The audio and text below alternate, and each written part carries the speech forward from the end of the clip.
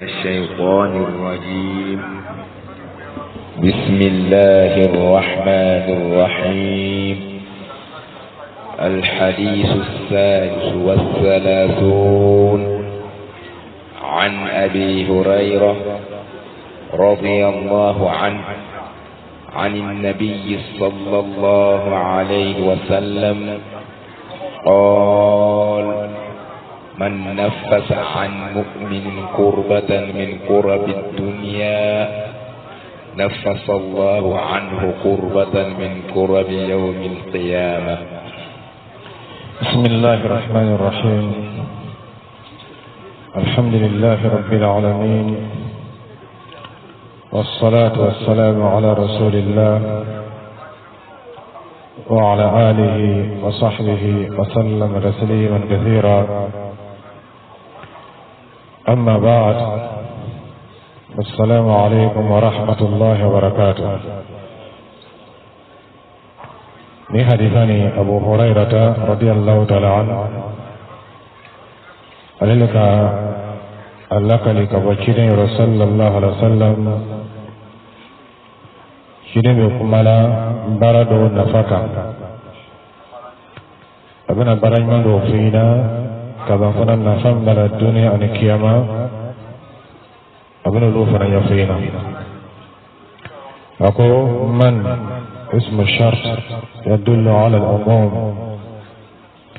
أقول موامغ أكلام موصويا سويا إكرنا وإما كرم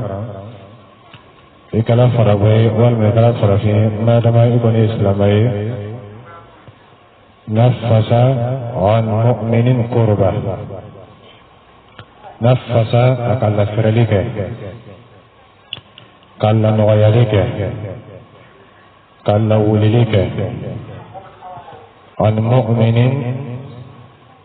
كابو مؤمن دوما قربة من قرب الدنيا. قربة بل يقدر أن يقبل لنا من قرب الدنيا دنيا قبل ولا من مؤمن كانك ملكان كي أون يفينا nga akilo para dolaya ako man nafasa an mu'minin qurba ni mom ga baliya ko do wuli ka bo mu'minin doka mi dunia baliya ko ye obayra na ka fo ya alabato do mi ani ala ko do mi ka ka sababu kan no ya la si mu'minuma إذا الله ولا كفا جاء مؤمن لا يرى كابو على ولا يرى علي كاكا الدنيا كونيا والنغيا أما وقد على وتعالى ما يكون من قرب الدنيا مي الدنيا فوقلوي يعني مؤمن على مؤمن يومي كاكا مؤمن بره كاكا سبب يقول تكلمه كاكو بلو النغيا أما الدنيا لا تقول جاء فنكاد على وتعالى ibalo la kafo mu'minu adaraja ka wa ala wala yoro ni mu'min kala mu'minu yara kala kete ile ma to ni mu'min ka kala nya sin ile ma wati ni ala wala libala ibalo wala ko hadith qudusi la man aada li waliyan faqad azantu bil harb aqum mu'minu ni ka ne diana mo do juya مؤمن قد الله تعالى مؤمن كسر الله تعالى لكابه أقل من أنا قال سريما نيجو تكلمه ترى كو تكلمه جويا يلا كفوق كلا لان كنا ميلا إن الله تعالى شيء بارك الله مؤمن لا يركبه الله يرى الله تعالى فنقول إن الله يدافع عن الذين آمنوا أقوم مؤمن من الله Allah Ta'ala ben yonni kala kabo uluma obayra na kafo jaka mu'minun deme ala ka dunia kola o kada Allah Ta'ala mule ko so tabasro mu'minun bere ale ka ko be ala ko mu'minun bere ale te ko ke ko menin na fatala kiyama na ma ke batula avec dunia ko dala mi bala si ala ko wale ka sini logola ferela abe ferin kala ke chola min kadi Allah Taala ni na fulo fana sorla o feresla ka abe na fulo do ta fe da min kadi Allah Taala mu'min bere bere ale kan yina me bebe ka ala ko so o ko so ni ka here ke ali dunia la tegala o here ko se dina ba ni ka de me balo ko la maka balo soro akene ko ka dumni ka fanga soro na fanga ba ala ko lela ni ka de me bon soro la ni aka sabati soro bon gona e abini jija ala ko lela ni raka wardi ama o wari togo o bina do ala ko lela ajatem na ke ni ka mo mi karan ka dai aji en karan ko sebe lonin ka dai ibarla ka wala londo kata sorarani utai je kawanan bo kadama amina miri fem follow ma mina sa kitabu jumalila kama sura hami mi ala wale kitabu ko kata sorabe ni mirla watu na tumado la domni rata bulo tumado la faningo yere bala nga loni yini wara min kala abulo na ka fem sorabado loni bodala wala ko sawdu ma fo folo man talaba al hadith aflas folo la mo do fote koni mom ga hadithal la ne ite war sarafiyo ni ga hadithal la ne ite war saraf ko do bedi ite se ka war mare ite se ka war gardi parce ni ka fengo de na do kitabula be ma ko be kitabu sananga hadithal lo magaw bolo fa kirin kenbe olu taka nale ka wari soro aba bedo kitabula abin Allah ba mai doshe fu kitabula o mo soya olowo ni kala sobe ka dunia baliya do wuli ka bo oloka akali na vo iko teme o ka dina bara de la boye mo naji yande ala kola akato nyi mana ni ko digla mo teme ka herba ke ika mo da ji yande liba miyala yande mo la sella ka setai afana takala to yinu koso takala yere koso bakala ala le koso adamado ka famiyali la yiko tigala mo deme bonsara bola karo wala bonsara di siga fo itala ibe paraji fale soro ina fo baraji mena fo so kaba soro bonsara bo hami wuli ka bo aka obade maka barala walma mo do be mo karan kadai naka wati soro wati adabe mo kara nga balo nyini beni ka bali lonin la sema ika illo otigla mo balo kola karo ka donyini ka dama kala waru bay wal magala baloye sigatala ibna tigla mo deme ala kola wala ko sa ko ya man nafasa an mu'minin kurba kama so mu'minu ale be balla ko ko sa ko lo memune de balla diya ko na dunia ira ko sa ale fana ka la yinde ne dunia ni akalla yinde ne soni la yinde buraba le bolo min dunia te kala ni ko sa ale ni mo te bla nyona dunia ne ko so ani be bla nyona ni lola ani sininye do kiyamai ni lola ni kiyamanye abi bla nyona o te dunia ni abaka hake nyini fe nyini chola salama sanamema me kafoko aba fanga bo nyini na kaba sa Allah ngala kafo ni ka mimina la ya to nyini boloma ika garda yele imamina lawo ika garde le ette do arigina kono fiu ni kala arigina kono de ka kada sino fe o de ka garde le ni re fana kala jahannama de ite da jahannama kono fiu ka haka do tife o sa tonyo ngala ebe mo tonyona ibo ka hake ni gardela ateti fere ali kala ala diana mo ateti fere fa be male kada digima wal ma tikala mo ya ko so ni golo ele ti fanga ba kelela ni dunia ni ko so na ke kalu min la ke se ko ka ma ya atobulo ma se kelema isanga ba ko gorela ni ke ma ko yi mu'minu ale te balla dunia ko so ni dunia fana nya sina le ba nya ma atabu akala ni ka ne ke ma ni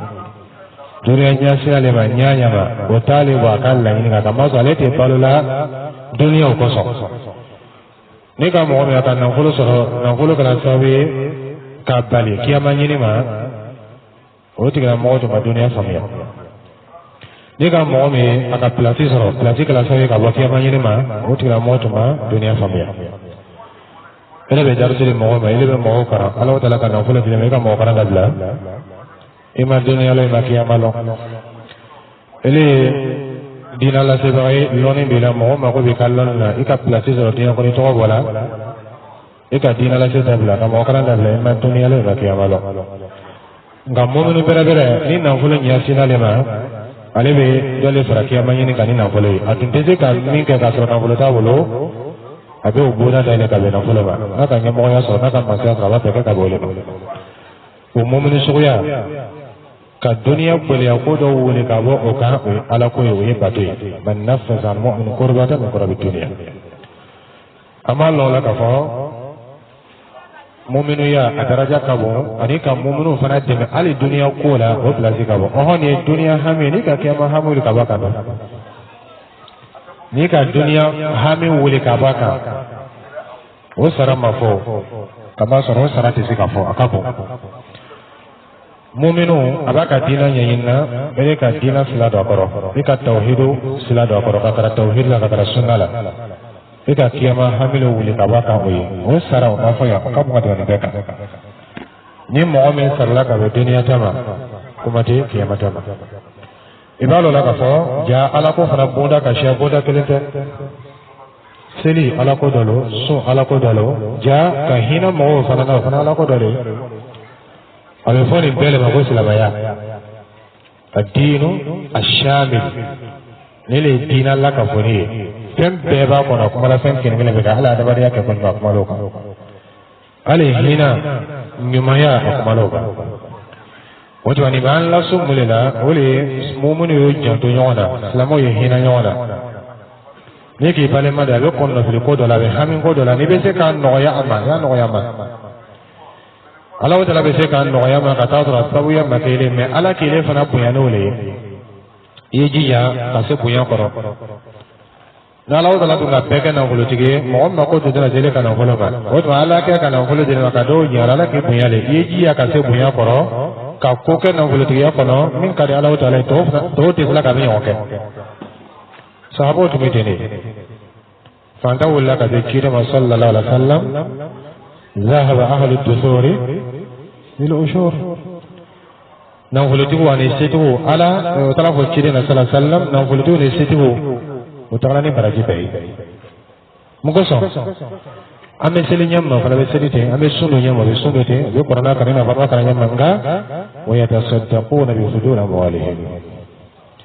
Allah taala kan lam fulu min di oma ni oma onyo oma di anu oma obe ala nyini min kala olano to fula ko nyote ja ulun na fulu to metene okoso ala ko bunda ka bon fo kateme mu'minun tafani min dola dani kelin be ka bisika do mo fe to chola min kada Allah taala ota mu'minu kan ki jando nyona ako ya qurbatan akala ko benan soya ni sala ka wuli ka wibare maka o wuli ni dante na ngulu ko ali kuma kana ibare ma do be hamin pelen do baka ka wuli ka sama ka kuma fe ka ala ko nya faina ka disusuma ka kula kuma ka disusuma la sama ka to hamina ifana be do ni hadisa ko o dante ka bo ki na ngulu dama ibe se kan no yala se ibare ma mal na to kala kuma kai tomato la dobe na hamin pelem bado fina alika wa kemeti ama wolonto hote hamin wole ka we mebe paro kene miniti loro ala be baraka do la hamin betara ni mo min ko ke ala ko so o tigla mo be ni sara sara o to bebe se ka aslama yogon na fa fon mi kiba ni na folo kele golo be se ka mo mun na fa ni na folo ni kuma kan kala ibolo ibe se ka momunu nafa ni kuma kai ni hakili kala ibolo ibe se ko nafa ni hakili ni fanga kala ibolo ibe se ko nafa ni fangai adamare kan ka jiya dunia kono ibe se kan nafa soro fen fen na no se kala ye ikana so ko nafa bonda da do yere ma o dai mi ka momunu nyo nafa kabbaliya wuli ka bɔ mɔminu kan wuli kan ka kɛ mɔgɔ ka hami ye ni o kɛra ile sara ye jumɛn ye naam نفس الله عنه كربة من كرب يوم القيامة نفس الله عنه كربة نلك أقول يقول ولك ويبارك أفلا على كيف ينمى من نفس عن مؤمن كربة من الذي ينفس الكرب هو الله جل بيقول يقول ولك أبو موقع على ما كمي على كيلك السبب يا كاتب كاتب ما جل كاتب على إذا كان السبب جل قديم على جل كان مريا دوتنا على وسم مؤمن على تدو مؤمن على تدو كسبة لمن يامن بيقولون على الكاتب هذا دينا من بيقول على لسان الكاتب على اللي كيد سكون لك على اللي كان لمن يجي كمسر كيد سكونا كوجو بوياي كالا سوسو بوياي كجل مسر بوياي جلو كوكا الله تعالى نادون كيد سكون يلما إليك على صوب جواني توتاي ولولا فضل الله عليكم ورحمته ما زكى منكم من أحد أبدا نلك حين نكف سمتيات ده معصيت تلك الثانية صرح الله تعالى فانفلالا وتما على كبويا كوسان أكيني كوكا سيدو ده إلي مسيمين بيسيكا كسوبي كبوليا ولي كبو كارسا كمؤمنو كان كمان فانا كي إلو أكيري لا أكاديمي كتيما من نفس المؤمنين كوربا وجباني مؤمن سلام كوكا نفس الله عنه كربة الله تعالى فنبي بوليا بيلي بيلي ولي كبوتي لموكا doni aka jambe kata ile ma ile le kala sababu nga akala nyanya ma ile la fotiani lo ikapara la fotiani lo me ala yere na mi wuli kabika mo jambe kata fema o panga ka boda ko sa ko nafasa Allah anhu kurbatan ako ala utala be ku belem pado wuli kabati ka ala tunda roma anga longa ko mimi na wuli kabile ka ka bonga tibele ka mi wuli sababu kama sɔrɔ ni ala ta'ala bɛ mɔgɔ sara baara la a b'a ɲɔgɔn siyama le di ma kelen sara nile ka baara ɲuman kelen kɛ o sara bɛɛ la fitini ala fɛ o la ɲɔgɔn ta ye man jaa bil hasanati falahu ashru amsalha ni ka baara ɲuman kelen kɛ o sara ala ta'ala fɛ o le a ɲɔgɔn ta ye o tuma nile ka ko ɲuman dɔ kɛ ni ala ko abi sara ola kabina kojugu dɔ wuli ka bɔ ele kan o kojugu tɔgɔ ka bɔ ka tɛmɛ ele kɛla min wuli sababu ye o de kosɔn man kan fiyewu ala ye muminu dusukun filɛ ka taa sɔrɔ a bɛ ala jalaki o bɛ ala ya dusukun filɛ ka taa sɔrɔ a tɛ ala ta'ala ko ɲuman lɔn na ala ka nɛɛma min bɛ kan ani ala ka sɔmɔdiya min bɛ kan. وإن تعدوا نعمة الله لا تحصوها ألك هنا أنا ألك نعمة نيكا كونتو إتسكا تالو وتمني لك السبب كبل يقول ولك بوتوكا دنيا بل يقول نفس الله عنه قربة الله تعالى بل يقول بلبل ولك بوإلك hal na sa tun da noma an kalon ka fɔ gbɛlɛkun bɛna wuli ka wele ka o kabo ka tɛmɛ ale ta kan kama sɔrɔ ni ala b'i sara a b'i sara i ta ɲɔgɔn siyama de la a ɲɔgɔn kelen tɛ a siyama a fitinin ye min ye a ɲɔgɔn tan dɔw ta de siya ka tɛmɛ o kan wallahu yudaifu liman yasha dɔw yɛrɛ ta bɛ siya ka tɛmɛ o kan mais o bɛɛ n'a ta ko من قرب يوم القيامة أكو بل يكون من أول كابو إليك أويه أو بل يكون أويه كياما بل يقول دنيا بل يقول كياما بل يقول بل يبدي كياما نيكا amiskala zarrati ni kabla dunia kono ya dunia tito dunia be wuli dunia to foi tito miskala zarati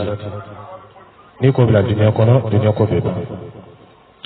o gbele yakoni o shamal be nyasi mo kelma kiyamaluna shama wa ya'tihi al-maut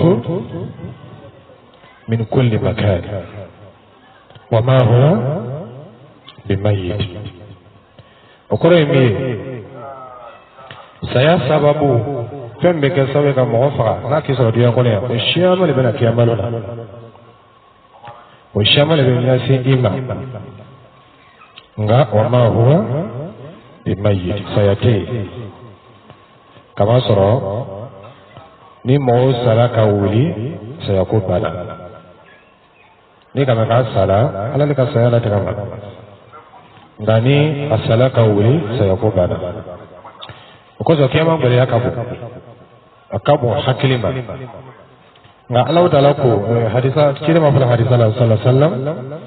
akoni le sala ka kwele ko do wuli dunia kwele ko la ka be bare ma ka mu'minu ka ala be sara me ke iye kiyama kwele ko nunu o kwele ya bele do ala ba wuli ka be ka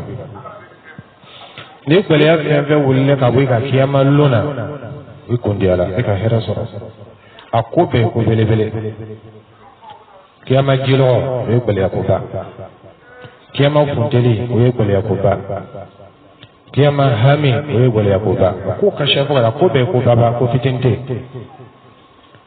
nile ka gwele ya ko kele wuli ka bo mu'minu do ka Allah taala fana be kiyama gwele ya ko ba kele wuli ka wele ka ni ka fila wuli ka ba ka fila be wuli ka be ka hanile min ka barakala ka gwele ya ko wuli ka bo mo ka jone kele sara dana Allah taala kele de jone kele ka hera dan lo ni Allah taala yere kele to wala ko yiji ya mado be tiya kono ye kiyama nyasiki ikana ka tiya kono mo mi na man na ko la dunya kono abeti abe ayara ko fe ate parakala ka sinin lale lo kon be tindrolla kana to ibi jija ibe ko ke ko mi ni wala dunya kono lo na be na fa sala aku nafasa Allah anhu kurbatan min kurabi yaum al-qiyamah mulu ko saka bla kiyamala kama soro ika bara min ke oye apuyana Allah taala bolo asarati se kadi madiya kono ya dunia kadoko saraba akala bara nyuma be akala bara jobe ko so bara nyuma sarati di madiya kono ya paseni bara nyuma sarana dia kono ya dunia be labe na fari gine bebe to sara de mala ni barajo fana sara na dia ko ne dunia teto baranyuma atono ani afonyo sumani ibulo sara dunia ko ole be ka hayatu tayyibai bata sara yere bi makone paza plasite barajo fana afundeli ana uye ole fana be sara dia ko ne nata yere obe ya fe utene ya وذكروا الحمد لله رب العالمين الرحمن الرحيم مالك يوم الدين مالك يوم الدين يوم الدين ولي سرالو قلومي وتما كقولو يا سراتي ما نمو مكبرا نمك على بيهن لك التردون دوما من عمل صالحا من ذكر أو أنثى وهو مؤمن فلنحيينه حياة طيبة والدنيا we dunia la tebe noy ma hayatu tayyiba be kiye ni kala Allah taala diana moy ma de saratere ko sa ko wala najziyannahum akami fana mo ga ajru yo mo ga jazawi fala nahiyanna hayatan tayyiba ako me balu ni manke o tigiye we tono de la kadi sarate sara ko wala najziyanna ajrahum bi ahsani ma kanu ya'malun ko kiyamae ibe sarala min kafsa katwe fenga ika minke koso yi chija o sarau ibo soro nyama kosa kabla kiyamala ako ibe na ta soro kiyamai kama soro kiyama ngole ko kile wuli ka ba ika o kafse makate ka o kafse makate me dunia ngole ko be wuli ka ika kiyama ngole ko kele ko wuli ka ba ika o kafsi makatime dunia bolya ko be yewuli ka wi ka kiyama takiri ni do alola ko so ni mo min diala alaw tale ko sebe waka ko babo bla kiyama na dunia tan ko finanya mo be ka tone kadima ko sa yan jija barano no ba Ciri kaya Rasulullah sallallahu alaihi wasallam kullu ummati yadkhuluna jannata illa man aba. Aku alim mantu bebe do arjuna kono foni mo kiba. Bebe sekatu. Bebe sekatu foni kiba. Ikala chuo je bebe ka Allah sura situation be mina. Ni na bolo kele bolo bebe ka Allah ni na bolo. Ni na bolo ramma ki bolo bebe ka Allah ni fa tayala. Kapako subhanallah umma ko be na bolo la. Kapako alhamdulillah umma ko be na bolo la. Ni yɛrɛ kala lɔnni daga ye i bɛ se k'a laɲini lɔnni na ni lɔnni yɛrɛ fana t'i bolo i bɛ se k'a lasɔrɔ ni k'a ɲini o tɛ bɛɛ bɛ se ka don alijinɛ kɔnɔ illa man aba fo ni mɔgɔ min k'i ban bɛɛ fana bɛ se ka k'a lamɔgɔ ye fo ni mɔgɔ min k'i ban nka duniya ye lamarasali sole i b'a kɔnɔ waati min na i tɛ i si valeur la fo n'i bɔla kɔnɔ waati min na tuma min na n'i bɔla kɔnɔ sa i bɛ sɔrɔ ka ninnu sa i tun bɛ se ka ko caman kɛ ala ko la i k'i kunkolo kɛ ko ma i dun tɛna waati fila kɛ a kɔnɔ n'i bɔra kɔnɔ don min na a ban de ye o dɔ ye min ye o de bɛ madana i ye nin ye ka yira n'a ka fɔ k'an ka diinɛ nin diinɛ dafani don ja a b'an laso ala ko la ɲɛ min ma a b'an laso hinɛ na fana o ɲɛ kelen ma naam. ومن يسر على معسر يسر الله عليه في الدنيا والآخرة.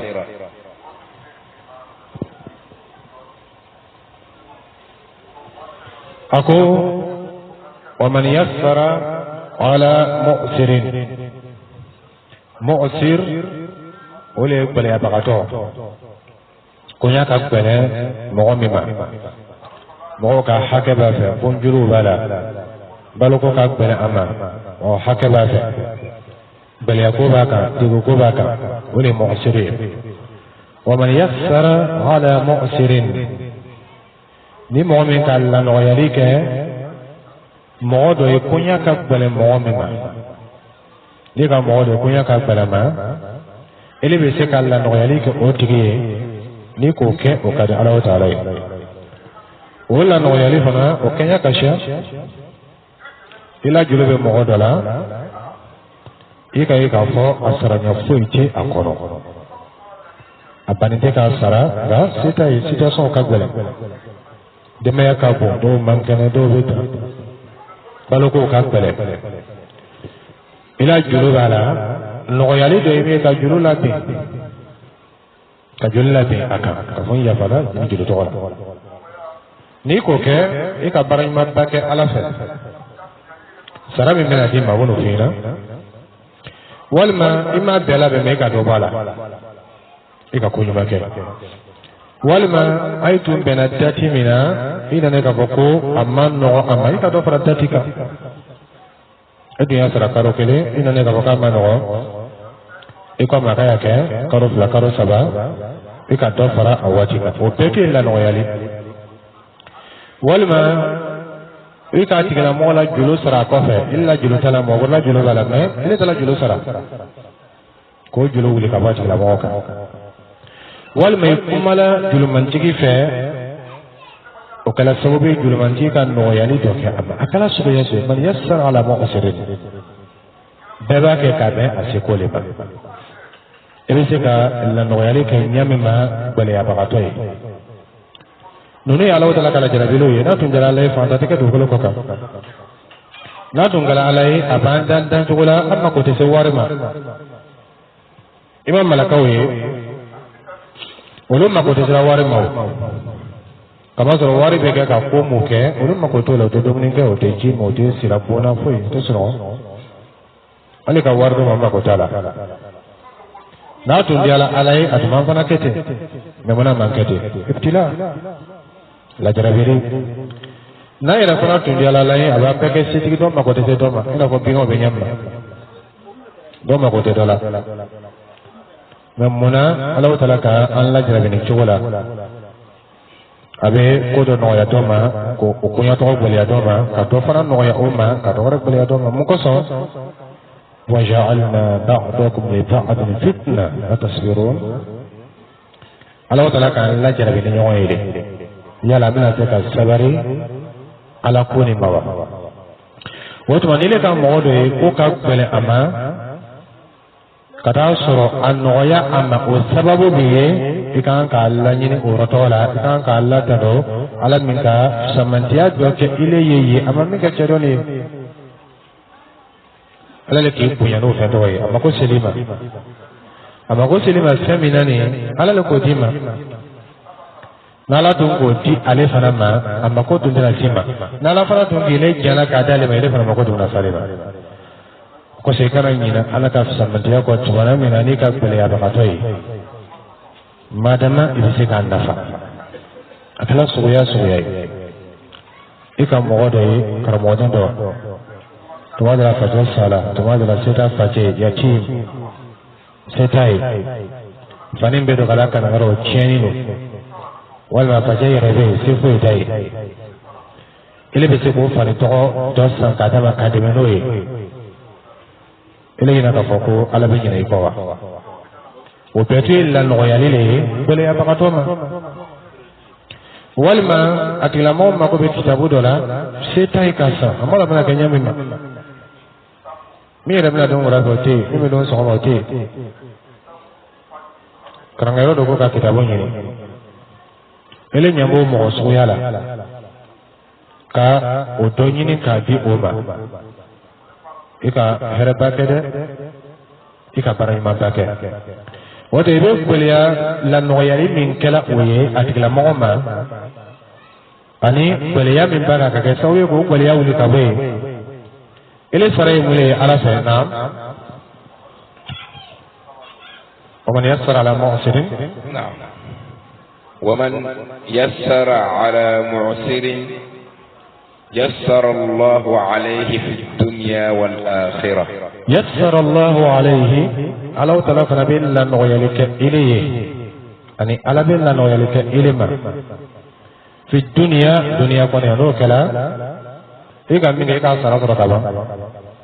كتاصر على كلا نغيلي سرلا وكم كتدون فسنين مؤمنا نبرن من كلي على بني وطاني ديما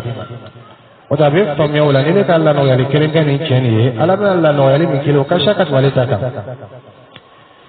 في الدنيا دنيا كونيا أما دوما والآخرة أن كياما وتما وبك السبب اللي بتاعك بلي كودورا الله تعالى بودا دي ما دنيا كونا مو بينهم من كابولا نجودي abola ni mali yakun na chodi abola ni lebu kun na chodi abola ni mali yakun na chodi atunga koda ke kuna sini saru na sini Allah taala mayina ko aka kunya unoya modo ma abise ka kale ranyina na o hero sababu yako so mali yakodo kale fana saranyina Allah taala ka asarani oye ka mali yakule ka baka oye dunia tai nala do bisara da fani nale o ko soni mo min be fe ala o tara ye kunyo no ya ima ifane ke sowe ka kunyo no ya mo ba kala no ya like ka palo ko no ya mo ba ka fane ko no ya mo ba ise ko da maira la nan fulula kuma kana ise ka fe no kala ala o tara fara ben nan no ya like ili fi dunya qala tadawma wal akhirah al qiyamah ala tundana kiyama tama otwe wasake bal ala tundana dunia tama itum ganyela kama soro otu bina buya katwele kamike nda ala ba flabe ke iye ote iballo ni nalon mo bito ka kaira mefo al jazaa'u min jins al amal sarabe ke ka be para ire chugoyale ba dibe fale hina mola الراحمون يرحمهم الرحمن الراحمون بعوم بهنا أني معوم بهنا على كجولا هنا منسى نيوي على وتعالى رحمن منسى بهنا وتلا موفنا نيلي كلا كبير يوم يالي نياسي معوما على فرابي يوم ياسي إليبا nile kala kibe mo nafa herala ala fana bile fana nafa ni hera shamay nile kala kibe goliya ko wuli ka wo mo ka ke goliya wuli sababi ala ko so ala fana be goliya ko shama wuli ka bile ka to be to ko shamana ala taala be boda dile mo ko ulula ko so jonga ki jija no ma yassara Allah alayhi fi dunya wal akhirah ala taala be la no yalike iye dunya al qiyamah ni bona ta tuguni ma ko nyaw be ali ma solution ti yiki nyasi yoro mola te pena la no yalike abe se ka ke ika sereli ke yoro dole manga ka sereli ke yoro mina ala fana ka bona do ta tugi fana ma miskina muso min bibulo so boro ni furu muso yi ele ka masubani ka balo be cikin be ni muso le kai ni kuma la fe adu sube kasi tena kuma fa fe kuma me mo do so suma itena herenya sama ikeni be ka black kasola ife so kono yi amma la bena ka nyame ba na mirla yana ye furu sawa kaboni torian koro abe mira teuma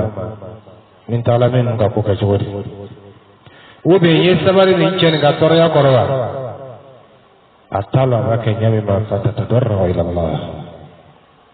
abayya Allah taala Allah taala do ki kele yalo ga ko kele ku yalila o do fa o kwele ya ele be kwele ya min kele alila we kibe se alila yalo ga fo Allah taala ka sita bonile tay o be ke sawbi Allah taala fara be kwele ya ke ile fando fe ka kwele ya ke ikan fando fe o to ni ki re wati ko bonda o datu ni lo e ke yasi yoro datu na hero o sira o datu ni ma isigi yimiri ki tagasi eske le fana mabona do datu ndo ma wa imanga ka min datu ibi siri ki re jati mira eske wolo ba glabi bolo chogodi ite la bali ali kala olu ma wa ite olu bala singina na ite olu bala hamina ite olu bala jorola oto wa ki tote na lawa tala fana ka bono datu ki ma kana baraila walma ifruche walma ifrumuso walma isiginyo walma ibadu nga niwe fe konyo ye noya ala wadala itayile ke yassir ala ibadillah la noya leke ke chugula min kadi ala wadala ala ka jawaba wa man yassir ala mu'sir yassar Allah alayhi fi dunya wal akhirah mu'min nika la noyalike bele ya bakatoma Allah taala fara billa noyalike ile ma dunia al qiyamah kidan ga sallallahu alaihi wasallam akul chero to me afatula as-salam malakauna na ko be afese Allah ko bakayin te ay kutulike ni ay kana ni fese rayin te ne raya falani ma chedo to mulike naka kwele ya fakatomi abila no yalika setu mali nina la julo tabulo na sarawati sela abedola te na sarawati sela ni ma sura ayrabe ya fado ko na sarawati sela tati no fere ma sura abedo fara tati ka atumo kala ala ko so ala wata ko aleni ya fakata madu watu ya falanga joma ale ala wata kare ni ale ya fakata ala ya falama ka sabu ya ko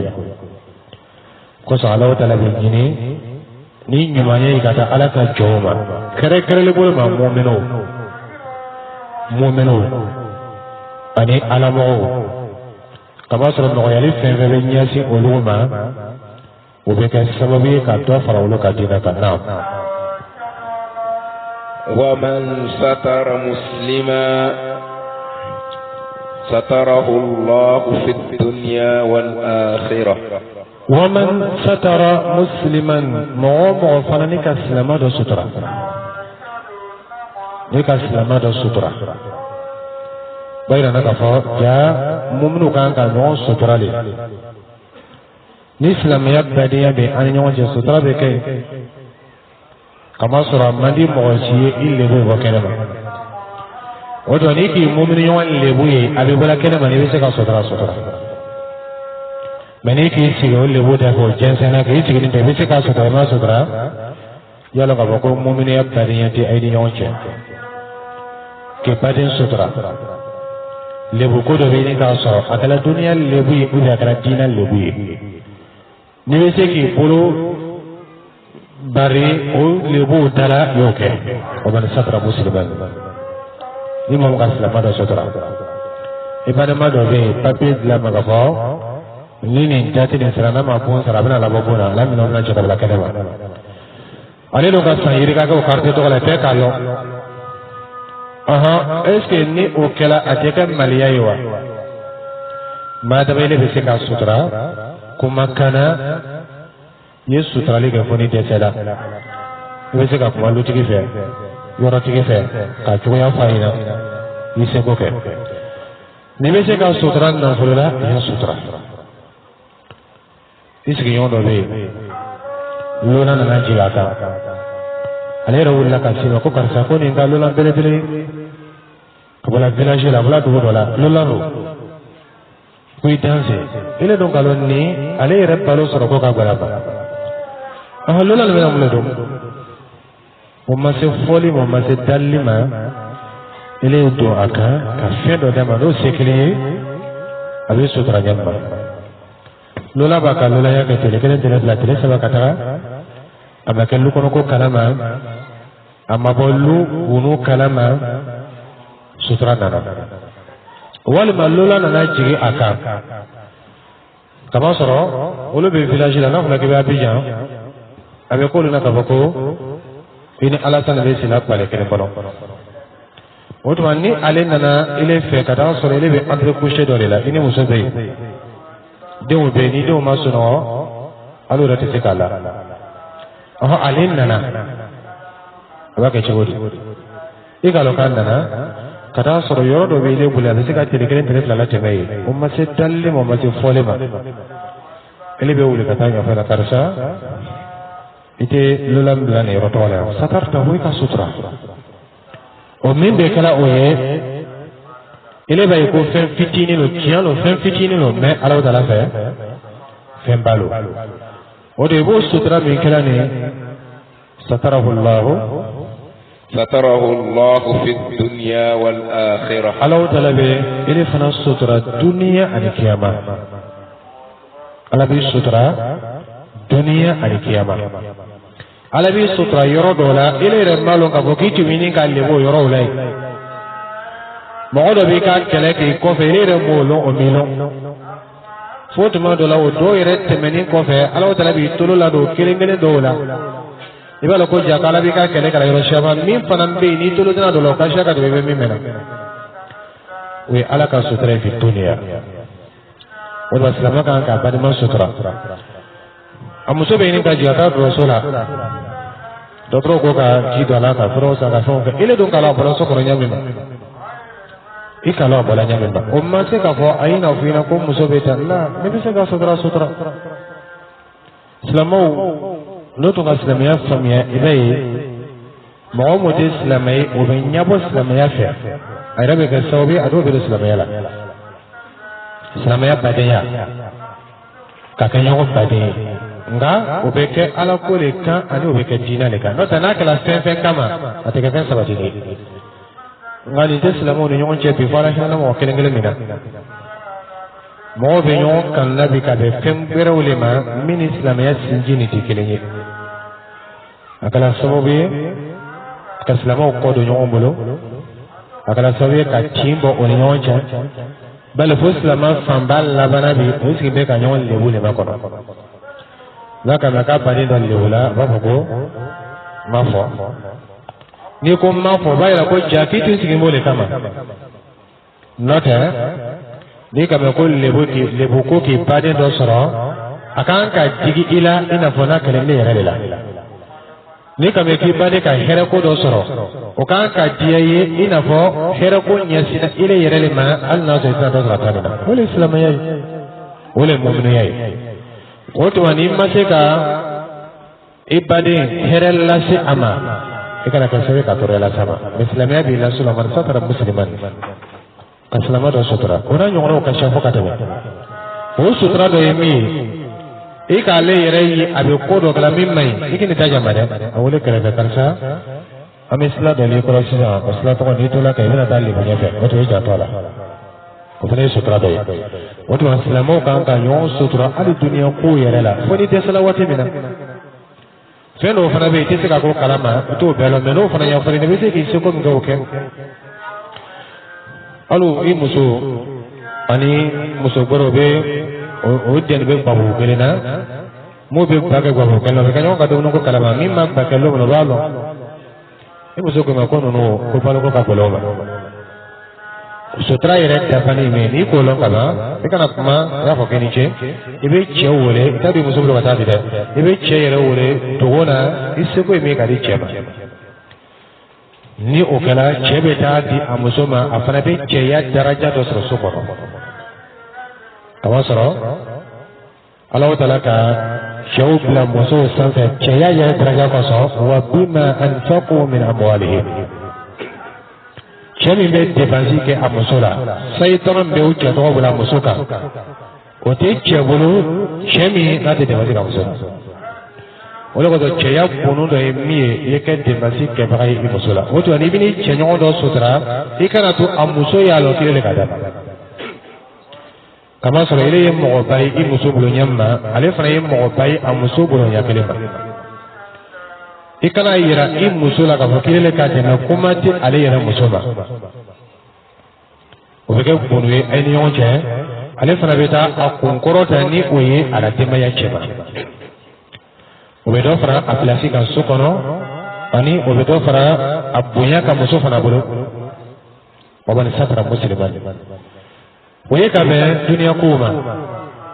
dina fana konya wala e ka do dina kadai dina molo suna molo ga shekara fanga warla maka ala soso doke ikelo kalama ikana lebu awole kare ka tarsa ikana sonu ko suya me kapsa ni kono no goma ikana so kani ke kabasra muhammad ala soso ke ani muhammad dina babolo no tigla mo center na ka ala so kelengele mu ko do jense me yalla li wole sutra ka dina mo sutra kallari dogona ito fo mo ina ibi sibe ko be kunu yi ikono mo kana ke ka fo fe ni kalula be fo la mo te adamado son be fo la ibe son le fo na fa be mi fo li la mais lele kala so be ka fo ala so do bulu ala so do ko ala so do kelila alhamdulillah bisiri ka lanyini ma ile soroja ko nya fo mo na nya ka rasamina atumeta nele ka bonna sigata le ma sutra ko so sutra be ke dunia la ali sutra be ke dina la madama atikla moy ala moy na atikla mo kala le re ma ko ti ala so le ba Allah kana mayala ta basitala ibe kuma fa keneka kaman fana na ma so ni kalon ka fo ko atabulu me ke so ka mo do la fili ibo fara langara me mo mo bi so ko yere ko sara nyamma ko be kenile tesala ale yere la bella sali ne ole madawi ka sutra ka yake ali kan likandi mo ma ko ke kununi duona o takadi adigi bulo ka to yake jamala abe ke jamala le tese bulo ma wal ma be ke jamala ni kanti ale yere ma to me be fe mo yere ko sara ale yere la meni bari yɛrɛ kɔn mada bɛ se ka nasiha dama dogona y'o kɛ o sutura ka bɔ ka tɛmɛ ya kɛ kɛnɛ kan a b'o yɛlɛma fana hali furumuso n'a bɛ ko kelen min ma ɲi ne b'a furu sa mɛ hali ka furu sa i kana to ka a lebu mɔgɔw ye sɔn ka nin kɛ kan ka to sutura la i y'a to yen a bɛ se ka kɛ e b'a sɔn dɔ fɔ a bɛna tobi ka bɔ sɔn tɔgɔ la mɛ mɔgɔw bɛna filɛ n'o filɛli ka taga a b'o jɔ la fana i furu cɛ i kana to ka taa a sɔn ɲɛfɔ kɛnɛ ma nka muso caman bɛ yen ni olu ka ɲɔgɔn sɔrɔ kaban olu kɔnɔ ko bɛɛ de bɛ ɲɛfɔ ɲɔgɔn ɲɛna tuma dɔ la yɛrɛ ma ɲɔgɔn lɔ o taara ɲɔgɔn sɔrɔ dɔgɔtɔrɔso la yen taara jigili yɔrɔw ni kɔnɔmaya yɔrɔw la o sen bɛ aran na bɛɛ b'a ta ɲɛfɔ bɛ so kɔnɔ ko ɲɛfɔ ɲɔgɔn ɲɛna mun de kɛra so kɔnɔ mun de bɛ dumuni so kɔnɔ a b'a ɲɛfɔ ɲɔgɔn ɲɛna olu b'o ɲɛfɔ la tɔw fana toromaden bɛ k'o lamɛn i bɛ yɛrɛ lebu la i bɛ cɛ lebu la mo kan ka sira ala wata lanye o tuma ikini furucen lebu madama akakan ka sutura o kora daga honi ka ala sutura ita joma de la ye fere ka be se ka ala sutura la nyama ni le mala fe na ma famia ye kuma mo fe kuma fe kini ita jama ka sutura le sutura koro to yi nga iko ne be se ka kuma fe nyama ni jama te ka kala ma ye dauma ikana a jense ke chula ima ko temina kono kala wa man satara musliman isra'il naam ستره الله في الدنيا والآخرة ستره الله في الدنيا والآخرة على ذي وتكلم مو فنا سترة الدنيا القيامة وتبغى نبي في علاقة سترة الشيء إيكا يجيجا إيكا مو سترة داي غابي سلامي جو بولا مو شاما بولوده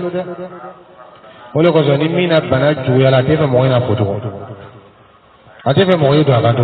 nko so parce mo beta do para bato ka kata ko atesen lo ni abola bisan nena ule kato na tala soroy way rek makar to bay ala no ya kala kata na bola na kam mo ya wanya fo ndara chere nyama beta mi ka kan ka fo be fo mi ra manga ka fo be fo o kemi kala mo lante nyola to ni mi na bana juala bay datu mo te do akato fo alla ni mo kele mi yalo yi sutura yawa ikan ki bani ma sutura le bal ado yere be ni bana ka to sala ko mella ka ta to sala ba yere ka mo nyuma aya to ne bitane to sala abi sala sukele min kay abi sufla min kay na ka fen ya bana te fo andale to sala wati na tubeta aka fen ya ba fo no kala badiya te ide badiya ta bola no sutura kanima inya bela o mu kan we ke ikono ina fo domini bi kono nyamma atijira fembe te tolo mabo folila akanyene kan la fenka adun te ka we ka domini ke o fo ko tolo mabo la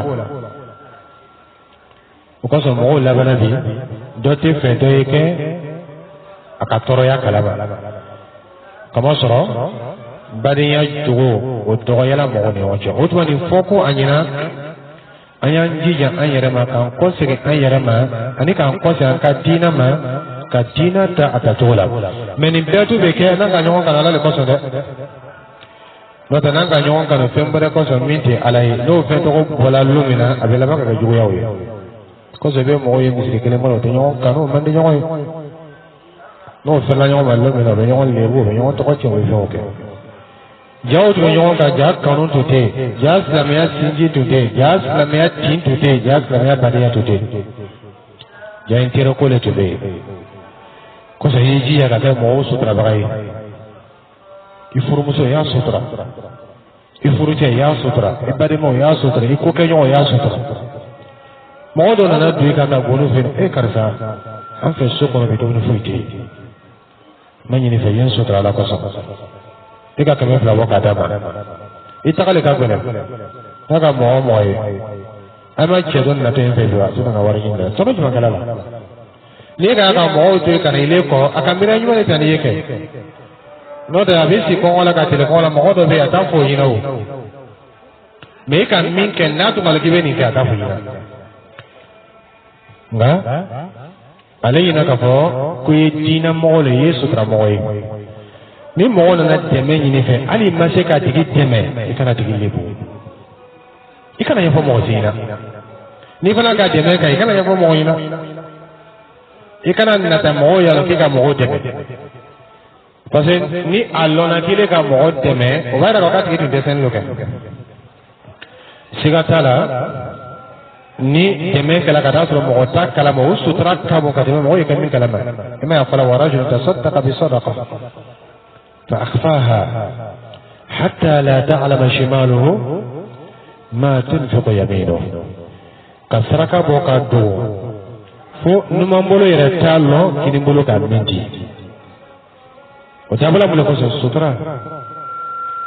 كوسو دو بيولو يرتو بسرك بو تابينو دو دو بسرك بو ممو يرتكا كلمة فو فاتنو كفني سرك تكلا بيلو كبكو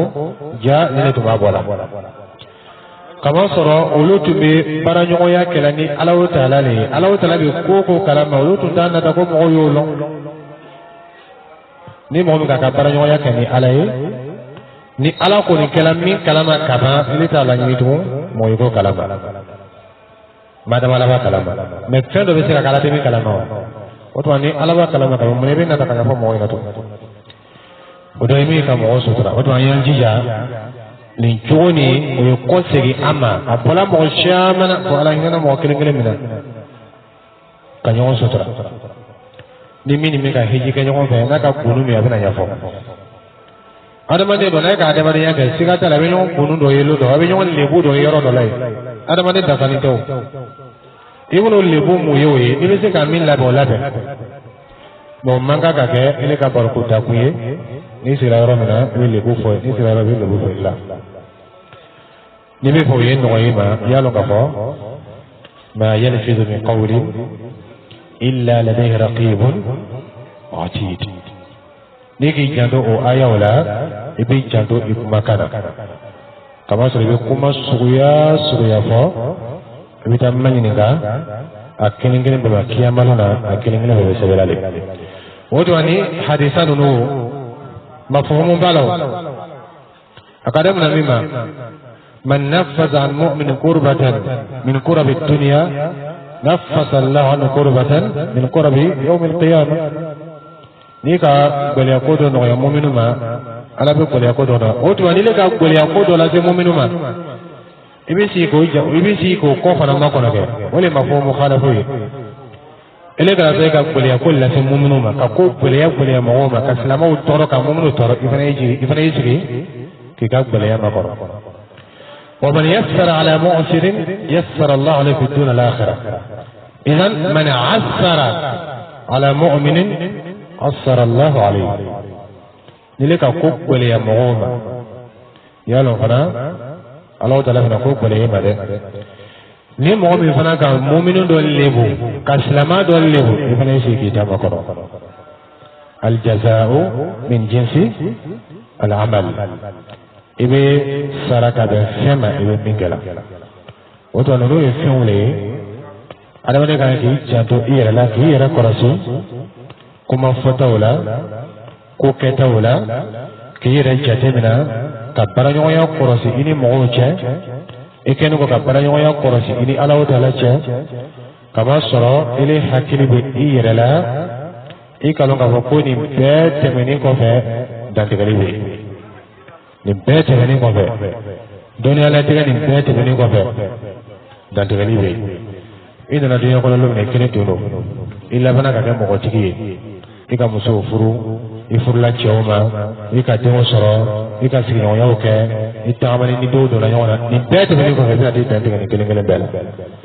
i k'i sen bila yɔrɔ yɔrɔ i k'i bolo bila yɔrɔ yɔrɔ i ka dunuya latigɛ kɛ cogo o cogo i bɛna t'i dantigɛ a kelen kelen bɛɛ la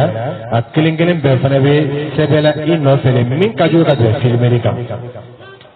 ni kamera bilala ka bi filmé la i b'i janto la i yɛrɛ la ɲɛ min ma i y'a dɔn k'a fɔ Ala ka kɔlɔsili b'i nɔfɛ o ka se ka tɛmɛ kamera kan o tuma dɔnniya latigɛ bɛ passé i bolo ɲɛ min ma a bɛna taa lafali kiyamalo la wa nukhriju lahu yawma al-qiyamati kitaban yalqahu manshura fɛn fɛn i b'a kɛ la wa kulla insanin alzamnahu ta'irahu fi unuqihi fɛn fɛn n'i b'a kɛ a bɛɛ tun bɛ sabati la le i kan a bɛɛ bɛ sɛbɛn la le fɛn fɛn ni i bɛ a kɛ a bɛ bɔ i fari yɔrɔ yɔrɔ alizamuna ta'irahu fɛn min bɛ bɔ i la min bɛ fɔ o min bɛ ye o min b'i kɔnɔ a bɛɛ bɛ n'i ye a tɛ taga a bɛɛ b'i ma le i kiyamalo sera wa nukhriju lahu yawma al-qiyamati kitaban a bɛ kɛ kitabu ye a bɛ kɛ kafa ye a bɛ kɛ gafe ye kiyamalo na kitaban yalqahu manshura k'a fɔ ko ka a fɛnw yɛlɛma yɛlɛma o tɛ ye dɛ a la fɛrɛnnen don a la falennen don jɔnni bɛ n'a kalan i yɛrɛ iqra kitabak i yɛrɛ de b'a kalan k'a fɔ ko mɔgɔ dɔ k'a kalan ka kɔrɔ wɛrɛ fana la i bɛ se kalan na o i bɛ na nin kalan i yɛrɛ tɛ se kalan na o i bɛ na kalan inna Allah ala kulli shay'in qadir o kitabu ke halaba to be ka kara ika min ke baya ko ifana ka ke wati na be ji ko ka ko ka ke kafa bi nafsika al-yawma alayka hasiba